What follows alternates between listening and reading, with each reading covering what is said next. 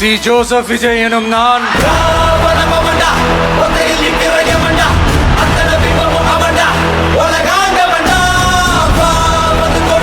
சட்டப்படி அமைக்கப்பெற்ற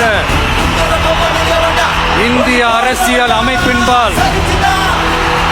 உண்மையான நம்பிக்கையும் மாறா பற்றும் கொண்டிருப்பேன் என்றும்